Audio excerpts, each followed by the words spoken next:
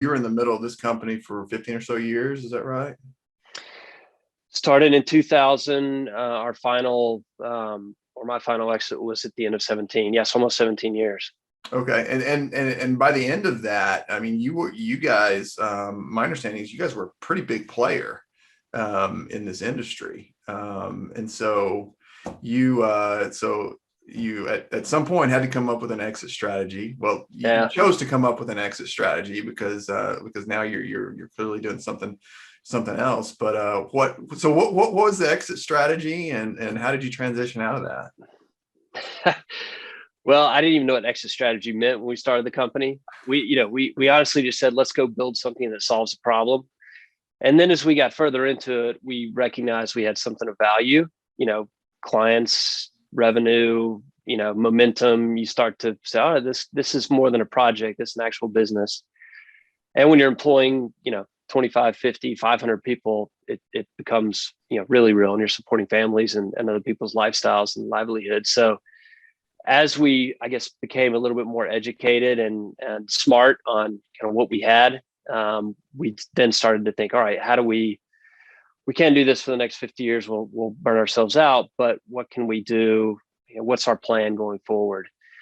So just to start the business, we raised some friends and family money just to help us get it off the ground. You got to remember, this was 2000. So this was right after the NASDAQ crashed. So it was perhaps one of the worst times to raise money, which in retrospect was probably a good thing. But we decided in 2008, I believe, that we needed to expand the business globally. And at that point, we were maybe 20, 25 people. So we thought we need expertise. We also need, a capital partner that's done this. So we did a process to raise some capital. And then that process found a good private equity partner, growth equity partner. So they came on board with us in 2008, kind of helped navigate and walk us through, scaling and building the company outside the US. And then once we got into the private equity, arena, let's call it, we knew that there would be a time frame where their investors were looking to get a return on their investment. So it kind of started what I call the 5 to 8 year clock on when they're looking to return money back to their investor base. That clock ended up being 10 years, primarily because the business was performing so well. They had no reason to sell it. But we were involved with them, just thinking through the decisions. And, around that time, 15, 16, 17, we thought, this is a good time. We've been doing this quite a while. We still have a little bit in the tank, but maybe not too much left in the tank in terms of, the long hours. So why don't we look at, where the business can go next? And we ran an investment process or banking process to find, the next owner of the company. And at that point, it turned into, an actual outright sale to a strategic buyer. So when was the final sale? 18, 19? End of 17. End of 17, yeah. And then I worked for another year and a quarter, year and a half for the new buyer before exiting the business fully. Yeah. And so now let's transition to today. It sounds like you're taking kind of the midlife version of a gap year right now, turning to new interests and finding yourself. But Yeah. I know that you've got some exciting things in store. So what's next?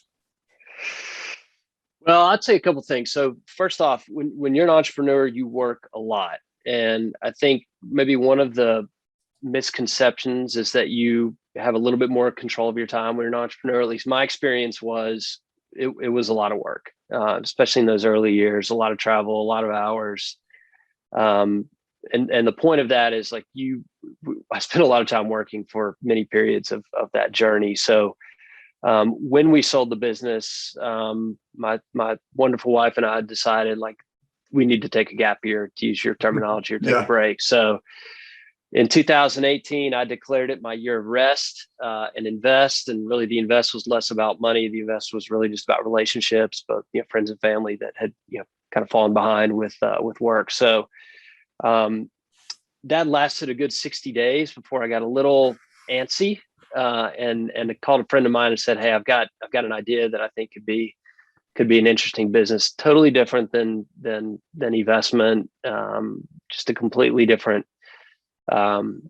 industry and everything, but similar in that, I saw a problem, I recognized, or I thought I have, or I think we have what is a good solution to that problem. So we're now working on it's probably called a consumer tech company, that's again radically different from my previous experience, but exciting in a very different way, and has a little bit of a social purpose in terms of making an impact on relationships and families.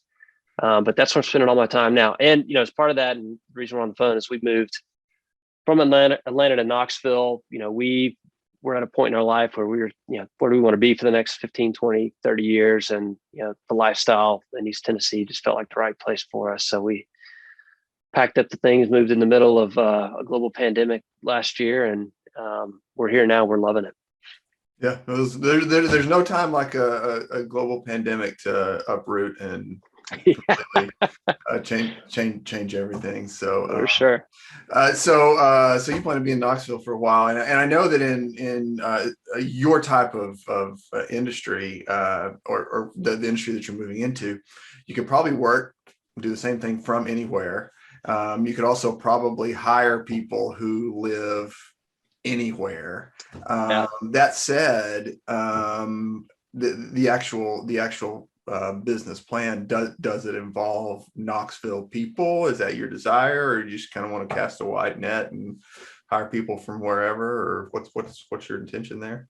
Boy, it's such a great question, because I think everyone in the corporate world is struggling with this right now. Is how do you balance this expectation in some ways of being able to work from home or work remotely instead of going into an office? I love culture building. I love the camaraderie around, conference room table or at the lunchroom, or, the water fountain, proverbial water fountain. So we do plan to headquarter the business here and build out a team here, and have, some physical office space. Now that will be balanced with, finding good people and having, some remote workforce as well, which we did with my prior company. So I'm certainly not opposed to that. Though I do think what everyone has experienced over the last, 14, 15 months has really opened our eyes that there are situations and maybe periods of time where it makes sense to have, a few days away from an office.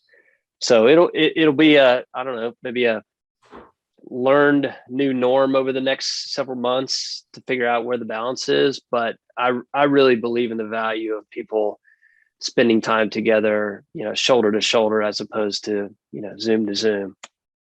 Yeah, I certainly get it. So, well, I mean, I wish you the best as you move into the next phase of this, and hopefully we can have another conversation as things kind of get off the ground, and we can hear more of the story. And also to my students that are watching this, Heath is engaged with a number of folks in the Haslam College, and some of you may have seen him before talking to entrepreneurship groups. But you're a friend of the college, you're a friend of lots of folks here, and so thanks, and hope to see you again sometime soon. For sure. Thanks for having me. Yep.